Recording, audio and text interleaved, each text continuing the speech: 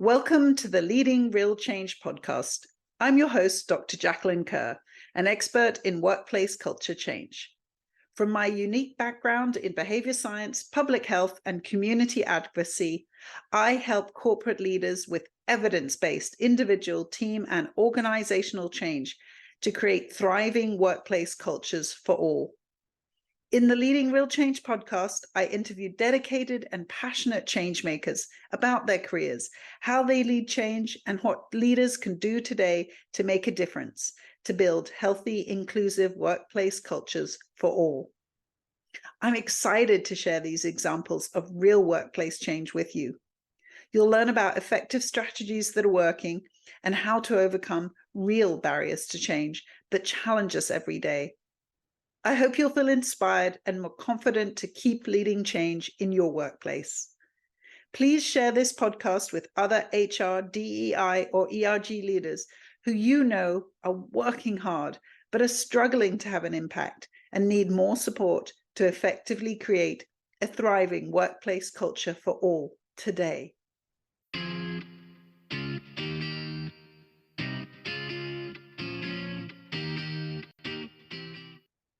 Hi, I'm Art Shaikh. I'm founder and CEO of Circleit. Circleit is a generational platform that is built to help you connect with loved one across time. What that means is the technology lets you send cards and gifts to loved ones, even long after you're gone. That's a service that we provide where we make sure that anything that you want to be done in the future, we are the company that you're going to trust for loved ones for us to be able to deliver those. Great. I absolutely love that mission. When you first told me about it, I got goosebumps thinking about how I could have connected my grandmother in particular with my daughter who has the same name. So I love your mission. How long have you been doing this? And do you still consider yourself a startup? And what's the size of your workforce? Yeah, we have 30 employees globally. I consider ourselves a startup. We're going to be startup for many years. I think startup are more fun where you can do crazy things about building technology and solving problems that bigger companies cannot. So I like being in that startup mode for a very long time. So often in that situation, the startup mentality is crazy hours, crisis management, everything goes out the window for the product, for the profitability, for the performance, for funders. So it can be a really stressful environment. So tell me what your approach to burnout is and how you're managing that in this type of environment. So having worked for a technology company like Salesforce.com for many years before leaving and starting Circleit, I was exposed to a lot of that startup rat race, like the speed, everything. Salesforce, you learned about working at different levels. If you think about, we all can run 100-meter sprints, but if I line you up next to a professional sprinter, you're going to learn a lot and you're going to go, wow, these people, what they are doing, prepping and everything is just complete. That's the type of stuff I had learned. So I knew what I was getting into this startup world. This is being a founder. I don't advise everyone to do. It's not for everyone, but if you really are passionate about something, then there's nothing better than that. So I will give you that disclaimer, but I'll tell you also the personal reward of building something and having it accepted globally and all is amazing. But it took me 6 years just to get to this point. So the idea of Circleit started in 2016, then filed patents and building the technology, then build the team, then release the technology, then got funding, build a more team. But any foundership is minimum 10-year cycle, minimum. 10 years of chaos and just continuously pivoting as times and things change. Right. So that's the reality. It does take 10 years. And even if we can think about experiencing stress for short periods of time, burnout is chronic stress. And that's why it can be so prevalent, especially in the technology and startup industry. When did you start paying attention to burnout and how did you approach your company differently from what you'd seen elsewhere? Yeah. So I never stopped paying attention to burnout. I have even more responsibility because now there's 30 other people I'm responsible for the livelihood also. So you have to balance the burnout and what we need to do as business with smaller team to continue growing where we need to go. My first priority is My burnout, I'll come to that part on how I manage that, but more importantly, observing even my own team members and just seeing when they are getting burned out, because these people aren't raising hands and saying, hey, I need to take a walk, I need to relax, a lot of stress. So just being continuously in touch with the folks that the team I've been working for years is almost like mom knows when the child is hungry, right? So I can see when my team member is a little down and whatnot. And at times I'm telling them, close your laptop, go. Last week, there was 70 degrees temperature in Chicago. We don't get a lot of that in September and October type of stuff. So my answer to my team was everyone needs to close their laptop and actually go enjoy that sun and whatnot, because just need to decompress. So I regulate my team wherever I can, because I just know that they are not going to put their swords down. So they're going to keep marching and fighting. So I have to pull them back in that sense. But that, as a founder, if team is gone, somebody's still got to answer the phone calls and run the office. So that taxes my own ability to do that. And that is something over time, what I've been able to do is if I leave, once I leave the office, I go home for 3-4 hours. I'm not touching my device. I'm not doing anything. And just maybe it can be as simple as just watching Shark Tank or learning something or watching a Discovery Channel. Something that gets my mind off from thinking about work is my way of decompressing. Some people jump from the plane and parachute, all those. I don't have the time to do all that. So I find simple ways to be able to decompress without taking a 2-month vacation. Great, great. Some of the symptoms you mentioned that you saw, describe some of those, because I think it's really helpful for founders to think about what do the symptoms look like in their employees. So it starts with the personality. So you get to see how they are when they are happy and then when they are down, right? I don't know how to explain it, but there's something in the body language and facial expressions that is my signal. Maybe different things for each all, but I see that from a facial expression, from a body language, and it's just something that is different and they are not as their joyous selves. So that gives me an opportunity to ask a question: is everything okay? Sometimes it could be a relationship thing. Sometimes it could be work. So not necessarily everything that's putting them down is actually work. It could be somebody's father. Like just a few days ago, one of my team members, she had to rush out because her father went to emergency and he's a heart patient. Obviously, like those things happen also. So there's too many battles going on for everyone. So it's important to find out what is that and how can you really help. So if it is something, hey, it means take 2 days off, have time with your father, do what you need to do. Sometimes its solutions are as simple as that, but you just have to know your team members when they are happy and when they're not. And it's, as a founder, it's just my job to do it. I don't have a HR department that's walking around and doing all that. I like to do that myself because these team members are giving a part of their life for what crazy idea I had. So I feel like we all together will make it on the other side. Yeah, I love that. And some of your analogies there are so important. Yes, we all have so many battles we're facing. So anything you can do to help people get through that, because those battles affect how you work. Whether we think we should keep them out of work, they do have an impact. And I know a colleague who does a team building exercise around energy so that people learn how to spot each other's energy when they are in happy or in full energy or when they're looking drained, because sometimes it's hard to tell, but those are good cues. See, it's like even like in my life situation, like my mom was sick and we thought we were going to lose all that type of stuff. I'm here and she's overseas. Like just to even fly over there, you take 27 hours to get there. So that had me pretty upset, where I lose the focus from. So those days, even though I come to my office 5 days a week, but during those times, I was not fully there in that sense. So I worked from home. So that was one less thing to put on clothes and go out. I was able to manage those. So those type of flexibility is important if something is happening, even though we are work in the office culture, but we quickly change to adapt to a person's need at that particular point. And that is important, to be flexible. Rules are there, but there are times when you have to break your own rules because there's something of a higher meaning. Mental health of my employees, my team members, all those folks is extremely important. And that comes in above, hey, we need to be in the office because we work in collaboration together. So having that flexibility and honestly trusting your team members. If somebody says today want to work from home because for whatever reason, we don't ask for those reasons because we trust the people that we have. And if we didn't trust them, we probably will not have them here as well. And they will not be here. So we don't ask for reasons for why it is. If that's what you want to do today because you have certain things, go ahead. Because in the end, in the smaller teams and in startups, trust is a very important thing between you and your team members. Being able to know that you're all on the same page, and then it becomes easy from that point. And so how come you are such a human versus one that doesn't let themselves feel emotions and that turns up for work without recognizing that anything else is happening at home?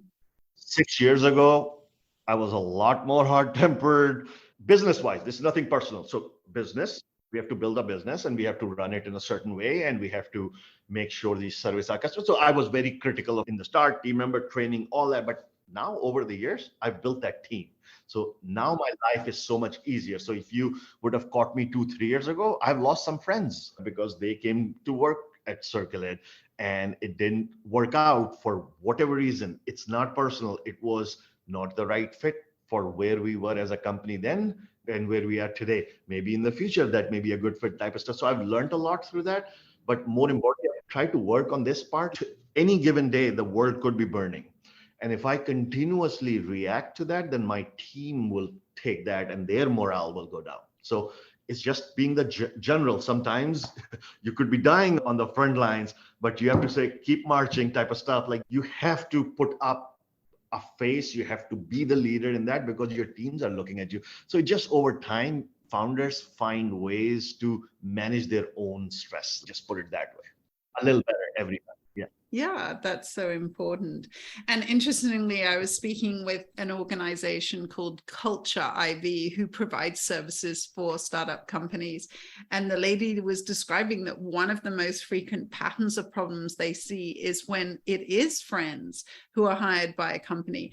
And there's such confusion in expectations and boundaries that it actually can make it quite difficult. So that's a pattern that they're trying to address because they see it repeating so often in startups. And you know what happens is that we all have our inner circle, friends and coworkers and people around us. So when you start something, you don't have anyone, right? So you can't call in somebody that is working for some company and convince them to leave their job at that particular point. So a lot of people that step up and wants to help out are the people around you who like your idea, who may like your ambition or may like what you are going to build, or they believe in you to make it and they want to be a part of that. So those type of reasons, a lot of friends and all come in initially.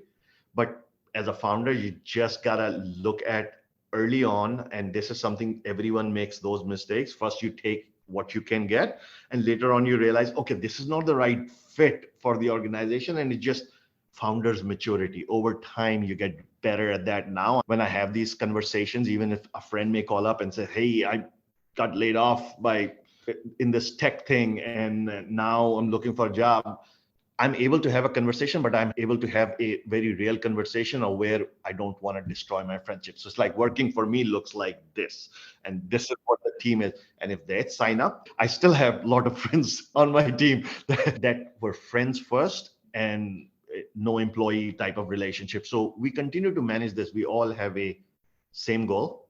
As long as we are all together towards the same goal working, things fall into place. Great. And so you described some of the reasons that people might experience burnout if they're having a stress with a family member, either in your company or in other companies that you've worked in. What are some of the main causes of burnout that you've seen that you think we need to address? Sometimes when you have teams and everything, things can go right. But what happens is you can lose a couple of team members. Like one of our team member was battling cancer, like all those type of stuff happening. When these things are happening, it throws the team off. Somebody else has to step up and take on more responsibility. So you could be adding to that burnout, even at a higher rate like that. But people out of true love and emotion for each other, I'll step up, I'll do a little bit more, I'll do a little bit more. So everyone is forced into those situations depending on how life goes. In just the last year alone, I mean, we have had team members go down with COVID. We had team members that were battling something that was terminally ill type of stuff. So those things are there, but rest of the people have stepped in. And when you all are not treating each other like employees and treat each other with respect and love, people are willing to help out. But at the same time, when those things are happening, my thing is, how do I get one more help to make sure that this person doesn't burn out? But in the short run, you can't just hire fast enough. Like by the time you put your resumes out and interview candidates, it will be 3 4 weeks. Our customers is expecting to be able to send their cards, get their messages out, and all those things. So how does everything operates with less people? So the other burnout that nobody really looks at is when other team members are goes down or they are on vacation and stuff like that. That adds more stress than an individual one. Everyone knows what they signed up for, and they have a good way to go about their day outside the fire drills we may have from time to time. But it's just that happens to be when other team members goes down, that adds more stress on a smaller team. And so what are some of the other burnout approaches you take in your company? Because if we're thinking about like overwork or hours worked, rewards, what other things do you use to help reduce burnout? Going back to the simplicity part. So what I decided early on, like before we were in the office as a team, September 15, 2021, when we started, before that, we worked 2 years remotely with each other. So a lot of us knew each other from a digital face, but never had met each other in person also. So when we all came in, people moved to Chicago. Teresa, my head of communication, she moved from Carolinas. Joe moved in from Michigan. All those people came in and started working all together. Okay. So that ultimately was a big thing for us, like just to get to know the team members and everyone in person. And now we are in a spot where he is working from home this week, for example, we have built enough chemistry and know each other much better. It's so much easier later on to actually give the people that time back. So first thing I did is I said Fridays, everyone gets to work from home, even though me comes to the office for many different things I need to catch up on, but I let my team members work from home. Just giving that flexibility has boosted our employees' performance. And they just know that I'm not trying to grind them out to everything. And we'll find pockets of ways to actually help and give you flexibility, because there are certain days you just want to work in your pajamas, because we have been used to for the last 2 years to be able to do that. It's again the simple thing. That is one thing that we did. The other things is, I'll explain this. So I look at my team members and all, and random days we be like, you know what, you guys go get your massage and manicures or pedicures or whatever, just go and have that time for yourself. So those small ways, it's not like how much this thing costs, like $500, $200 type of stuff, but we're going to pay for those things for team members and just get them out of the office and go do some things together as a team, but that nothing has to do with work type of stuff. Just relax. So again, smaller things. We don't have the budget like Google or Facebook and all that type of stuff. So we have to do smaller things. But yeah, those are the type of things that we try to find ways to say, we love you, we appreciate in our own way and in our own limited resources we have. And some of the guidelines that I try and give companies are around things like focus, flexibility, fairness, and purpose. So can you speak to any of those in how you have role modeled your company value or how you demonstrate fairness and focus? You talked a lot about flexibility. This is very near and dear to me. So I look at this way. I've worked at different companies where you all have your favorites and everything. Okay. And then the other ones that aren't favorite, that they don't feel that love from that perspective. Okay. And so my first point of view was, I try to treat, again, we are humans, we are not perfect. We make our mistakes. We have our good days and we have our bad days. Okay.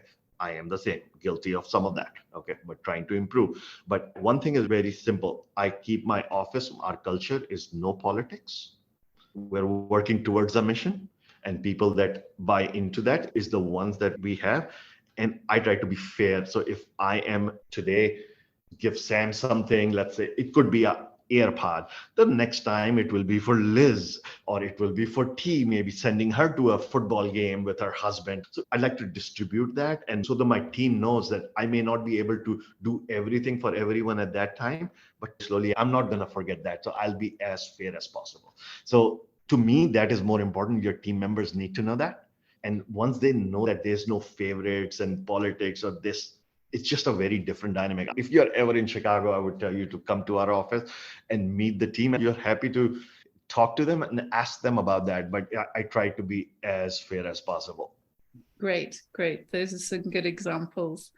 So what about focus? How do you help people focus then? I'm not good at making people focus. I will tell you, or maybe I'm lucky. The team I have over the years, I've been able to build. If you look at my schedule, a lot of leaders will have all these call with every team member. What are you working on this week? And I actually don't do that. We get in the room every Monday and we're talking about what we are doing this week, this month, and all. And everyone within the team is working with each other and coordinating and setting up their next step meetings and all. So we give them the freedom to do what they do. We treat them like adults, and that reduces stress on my side because I don't have to ask 30 team members every single week what they are working on because they're telling me all the things that is in motion. And I'm like, do I need to know this detail or not? Because we are all focused on different aspects. So Teresa is working on design and she's working on the communication. Those are things I like to see what's going out to the customer, but I don't need to be involved on day to day. So we give each person the freedom to actually do what they do. And only thing is, I keep myself available and open. When they need something, when they want an opinion, when they need me to review and approve something that they think that I should be looking at, I'm there. So my team pulls me in where they would want me. Otherwise, I keep a little bit of a hands off to them because you don't need another person sit on your shoulder just looking at everything. That's not a high performing team works that way. Exactly. Exactly. And tell me a little bit more then about the company values you have and how people can align with those values, because I think that's a big part of what you do. Yeah. So a core of anything that we do is trust. Number one, since I started this company, if our customers don't trust us, we don't have a business. If our employees don't trust that this business and me as a founder have the best interest of their heart, I don't really have a team. Okay. So those things, you can't really just go and buy trust online. You just cannot do that. So those are earned through every action we take every day and every action that we take. And that is all I could do as a person. So my team knows I got their back. And every time I get that chance, they continue to see. So it reinforces, right? When the team just knows that guy, the founder, the CEO has their back, will do everything to keep them, not just when the VC says tech market is down 50%, I think you should lay off and save more cash. The CEO goes in and sells his own car and says, I'm going to fund my employees, right? And I had to do that in the past. Okay. So again, not every CEO has very expensive cars. I used to have one. There were times when we were in the cash crunch and we were waiting for more investment money to come in. We still had to make payrolls. I could have shut down. I could have fired some people, laid off, and do the fake Instagram tear of, I'm so hurt that I'm laying off my team members. No, what I did is I went in and I sold my very beautiful SUV because we needed to continue going on. When team members see that, like, if I'll sell this if I have to in order to have their back, after that team and that relationship is very strong. Nothing can break that. Great, great. And what about purpose that you provide through the work you're doing? Tell us a little bit more about that. So the purpose part was actually a lot easier to explain to the people. So when I hired the team, I'll give you just example of just a couple of those scenarios, right? The first person, the CTO of the company, my friend Rafi Sayed, when I brought him on and I was telling him about the vision, he immediately looked at it and started talking about how his father would have loved to use the technology. Okay, just similarly to how you were thinking, right? But he lost his father. So he looked at it and said, I would have loved to receive it. But now if I can work with you to offer this to the rest of the people, I may not get that joy, but I'll get that joy from just helping people. So that was the first guy that came in that really helped put the technology in the marketplace, right?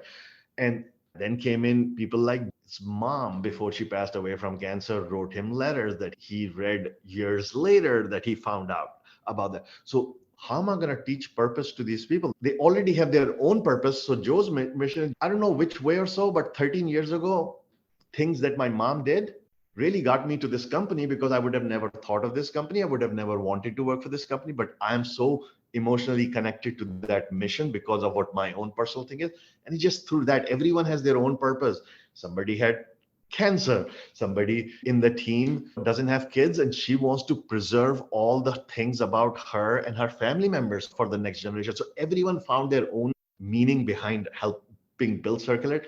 It was never about paying six-figure salaries because we couldn't afford to pay all that. Like my team members have taken hits during the down years when we didn't have all that money. So they took a lot less money. When we had more money, we paid them a little bit more. So together we just find ways to continue. Great. These are great examples.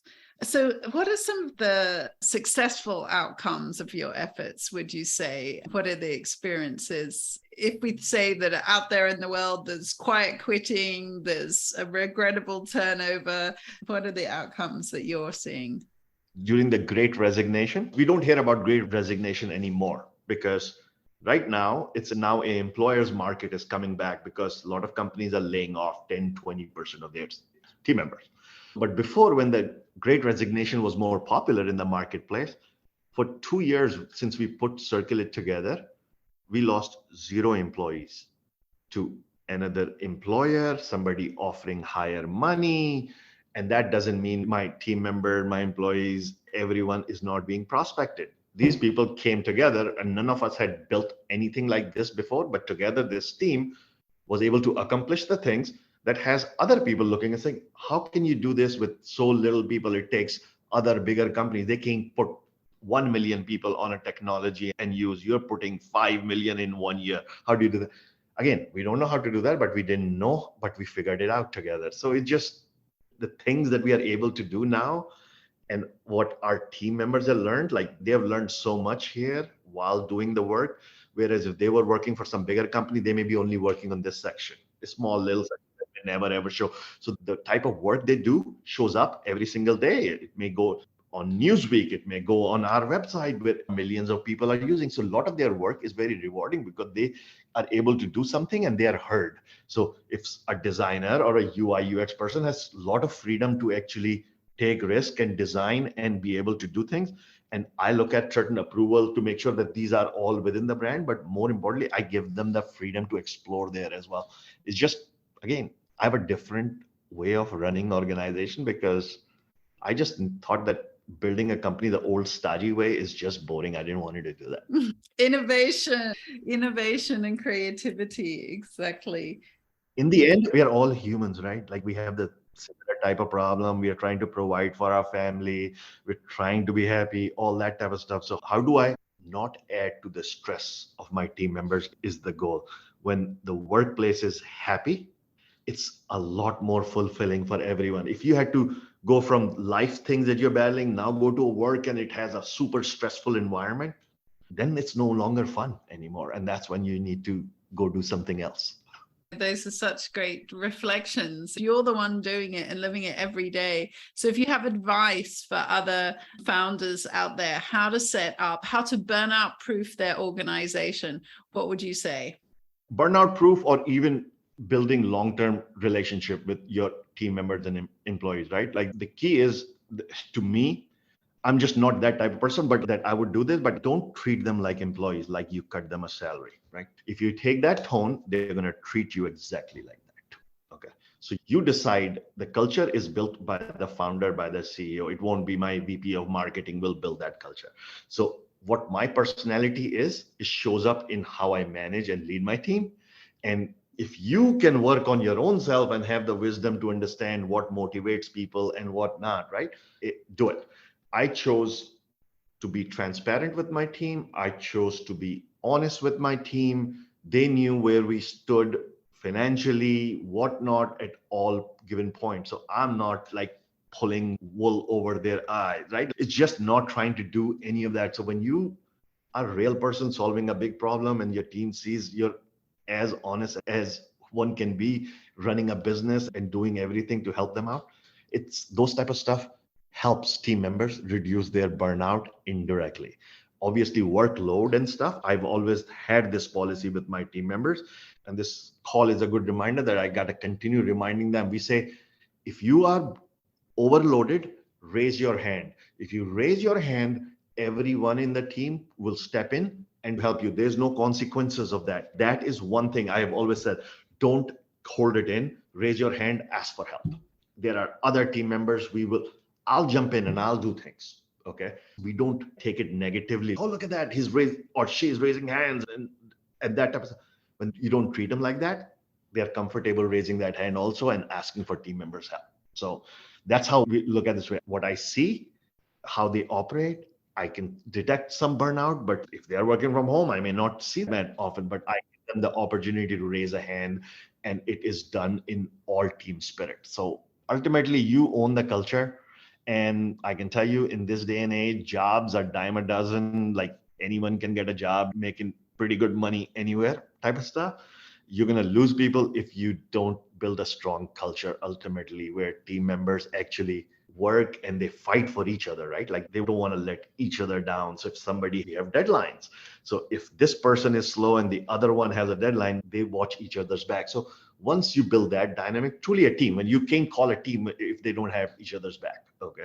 So super functioning teams help each other out. And that has always been my point. Nobody is big enough to not answer a phone call. Or in the start, like before we had cleaners, I was taking out the trash. Like I could have written a big check to some big cleaning services over there, but it is okay when you do things by yourself. When your team sees if you're able to do this, everybody else looks, yeah, great, we'll help out. Like we don't have 7 days a week cleaners, so our cleaner ladies comes in twice a week. So during time, we still put our dishes into our machines and put detergent and turn it on when we leave, that type of stuff. Everyone helps out. There's nobody's job. You got to make sure the kitchen is clean, but we all help out.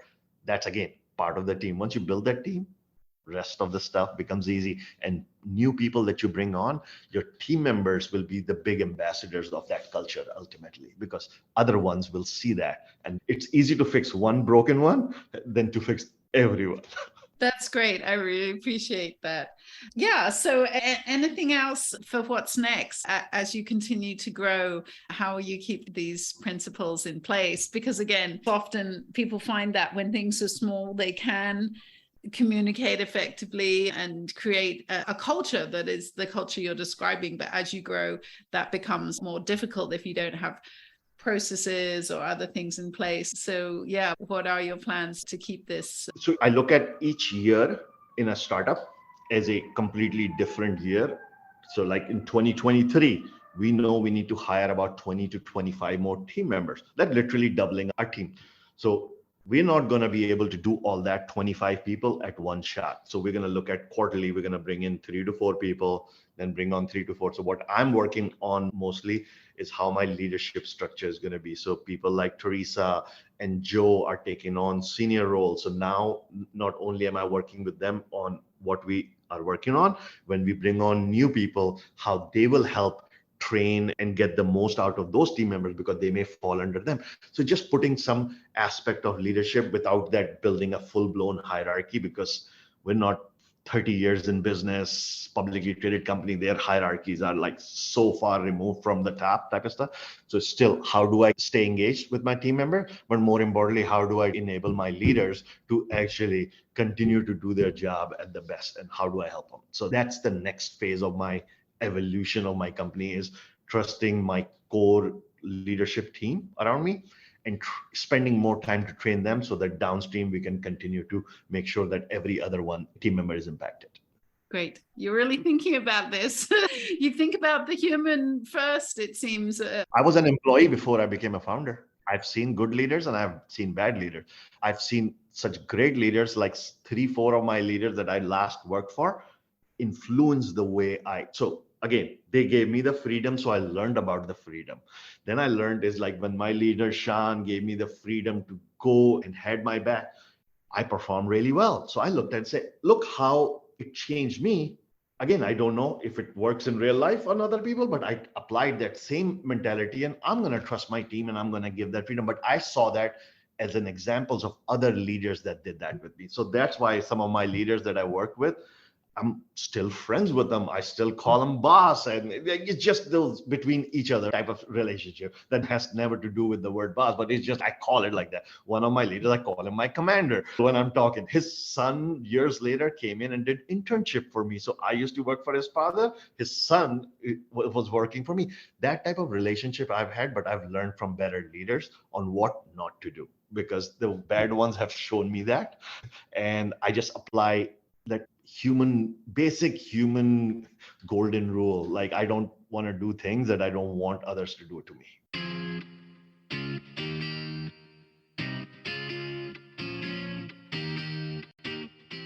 Thanks so much for listening today.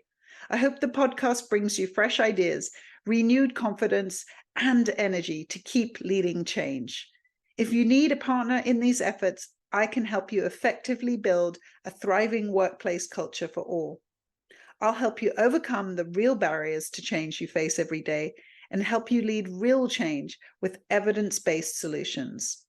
In particular, I want to work with passionate leaders who have tried and failed, because I know you have what it takes, and your experience will help you clearly recognize the difference I can make. For a free consultation today, please visit my website at www.leading-real-change.com. That's www.leadingrealchange.com.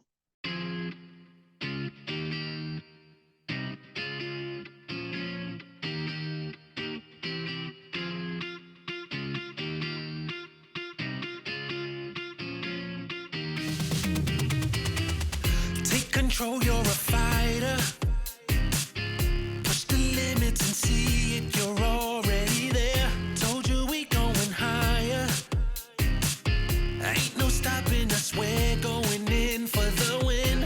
And we're gonna celebrate. Then we're gonna do it all over again.